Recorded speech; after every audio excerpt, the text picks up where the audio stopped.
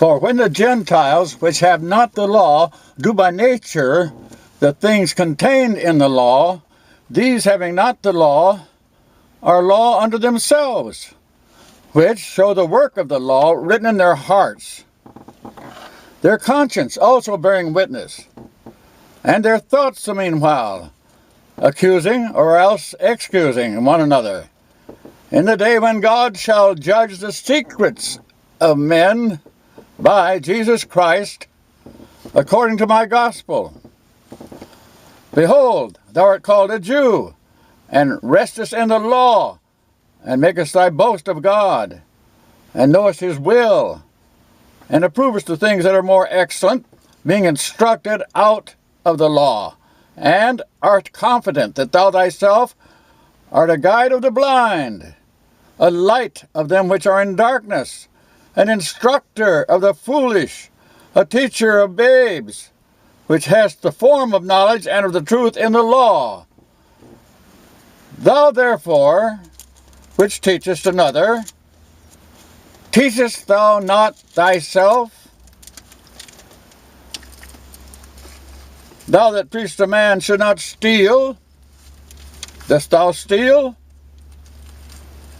Thou that sayest a man should not commit adultery, dost thou commit adultery? Thou that abhorrest idols, dost thou commit sacrilege? Thou that makest thy boast of the law, through breaking the law dishonorest thou God?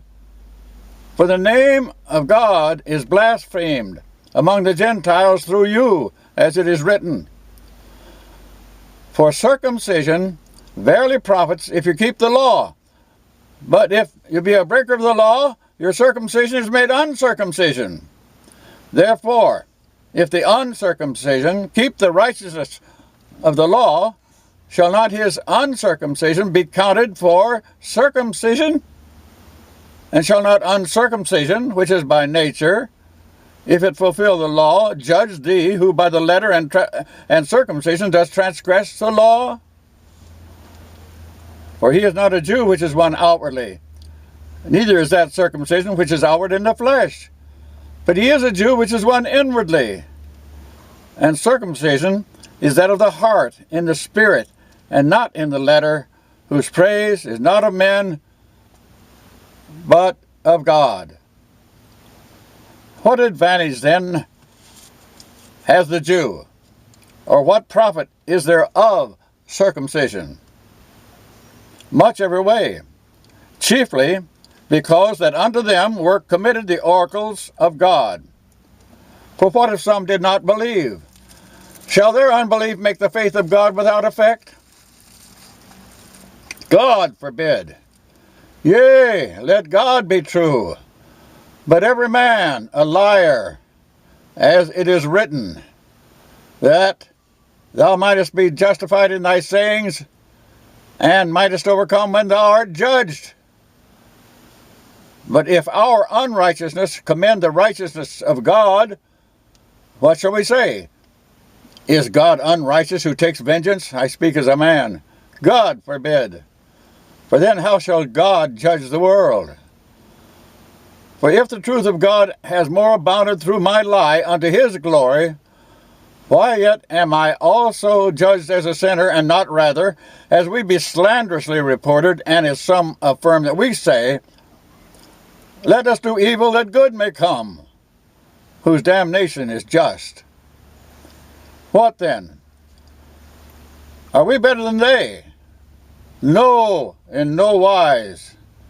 For we have before proved, both Jews and Gentiles, that they are all under sin, as it is written, there is none righteous, no, not one.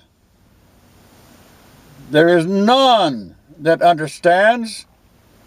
There is none that seeks after God. They are all gone out of the way. They are together become unprofitable. There is none that doeth good, no, not one. Their throat is an open sepulchre. With their tongues they have used deceit. The poison of asps is under their lips, whose mouth is full of cursing and bitterness. Their feet are swift to shed blood. Destruction and misery are in their ways, and the way of peace have they not known. There's no fear of God before their eyes. Now we know that what things soever the law saith, it says to them who are under the law, that every mouth may be stopped, and all the world may become guilty before God. Therefore, by the deeds of the law, there shall no flesh be justified in his sight, for by the law is the knowledge of sin. But now, the righteousness of God without the law is manifested, being witnessed by the law and the prophets, even the righteousness of God, which is by faith of Jesus Christ, unto all and upon all them that believe.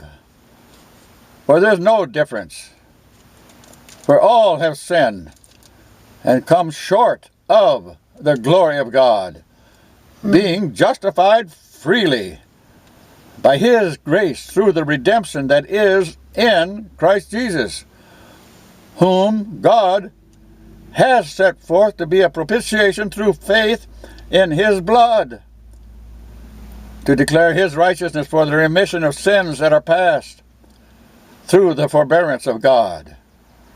To declare, I say at this time, his righteousness, that he might be just and the justifier of him which believes in Jesus. Where is boasting then? It is excluded. By what law? Of works? Nay, but by the law of faith. Therefore we conclude that a man is justified by faith without the deeds of the law. Is he the God of the Jews only? Is he not also of the Gentiles? Yes, of the Gentiles also. Seeing it is one God, which shall justify the circumcision by faith, and uncircumcision through faith. Do we then make void the law through faith? God forbid. Yea, we establish the law.